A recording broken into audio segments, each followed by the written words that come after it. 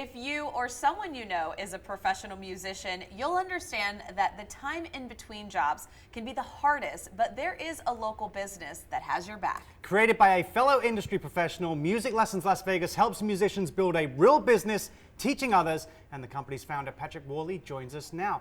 Hey, Good Patrick. morning. Hey guys, what's going on today? Well, I mean, I feel like you're a regular staple here on the couch. You've been on quite a few times. Once or twice, yeah. Like I said, I think I said this last time, but I'll say it again. I kind of crawl out of my like little cot in the back and shoot a spot, and then go back in there with it. It's kind of true. It's Yeah, kind of true. yeah. But we're pleased to have you on.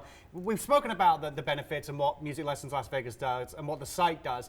What was the reason behind focusing on teaching and implementing that rather than gig work or concerts or those kind of things? Yeah, well, there's a reason behind that because people don't really understand, I don't think, how hard it is in gig life and things like that, and how important it is to own the creative interest in what you do. I have colleagues that do it in other things. I don't think you have to do it with teaching. You can do it with your music publishing, with writing songs. You can own a recording studio. You can own festivals in the community or anything like that. But I don't know, 85, 90% of musicians teach. And so this creates a method for them to own that and to keep 100% of their income too, as opposed to giving up any cut. Yeah. For those who aren't musicians, what's maybe a common misconception that they might have about your industry? Well, I have the privilege, I don't know if it's a privilege as much as it's a life experience, I guess, of working in many facets with music. I've worked in academia, I've taught in academia, I worked in Nashville for 10 years out here. I have played in some of the shows and in the weddings and corporate events and things like that. And all of that stuff comes and goes. It's never really guaranteed. And so I think that people who see the glamorous side of it, if you're up on a stage, that kind of registers as if, you know what I'm talking about. Oh, yeah. It Yeah. registers as if that translates into financial security and freedom, and it does not. Right. Yeah, obviously you're talking about a certain level of uncertainty that you might feel as a working professional. Do you have any examples of that might resonate with you? Yeah, I know we only got a 5-minute spot here, so I'll keep it short, but you guys, I'm sure you guys know this too. We could go on and on about that. Yeah. I'll just go back to like Nashville quickly. You can get fired in Nashville for anything. I know people that like just had a little argument and then one day they were cut from a tour and things like that.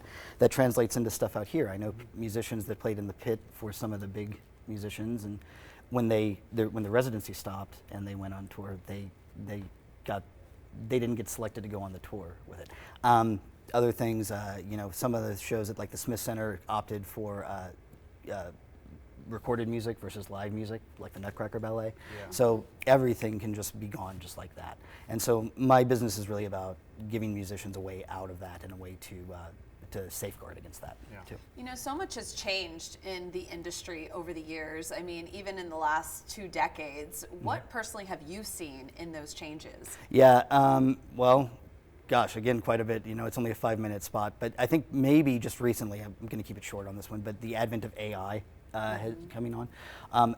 I saw a figure somewhere where already about 30% of the music that you hear on television is AI generated. Wow. So that translates into musicians losing more work and things like that, with a way that they've always had before now. I only think that's going to get worse. I actually think you're going to see that translate into the shows here within the next 5 or 6 years with how quickly it's moved. Yeah, that's terrifying thought, which gives even more prominence to your website.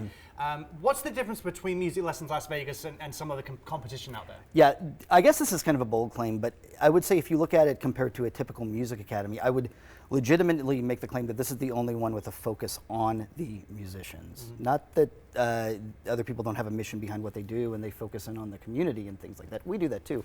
I brought on people who have done community events and things like that before. But the main focus that we have is on the musicians. I'm a working musician. I know what the plight of musicians is, and it's designed specifically to help musicians live well. Right. That's the main focus of it. Yeah, you've been on, we said a few times on the couch with us here. I don't think we've ever talked about numbers. No. I mean, how much traffic are you getting with this site? Well, so we relaunched it in May of last year, middle of May.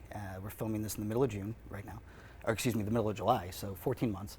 And in that time, the site has sent 310 quote requests to teachers looking a person has used it to reach out to a teacher looking for lessons. And about 60 to 90 people have called or emailed the site. So that's about one person per day that's already Yeah. using Wow, the site yeah. in about a year. That's only going up. Right, that's great That's numbers. great. It's great seeing you again, Patrick. Thank Yeah, you for coming on. thank you guys again. And guys, if you're a musician looking to increase and manage your students or interested in learning more about how the site can work for you, visit lessonslasvegas.com.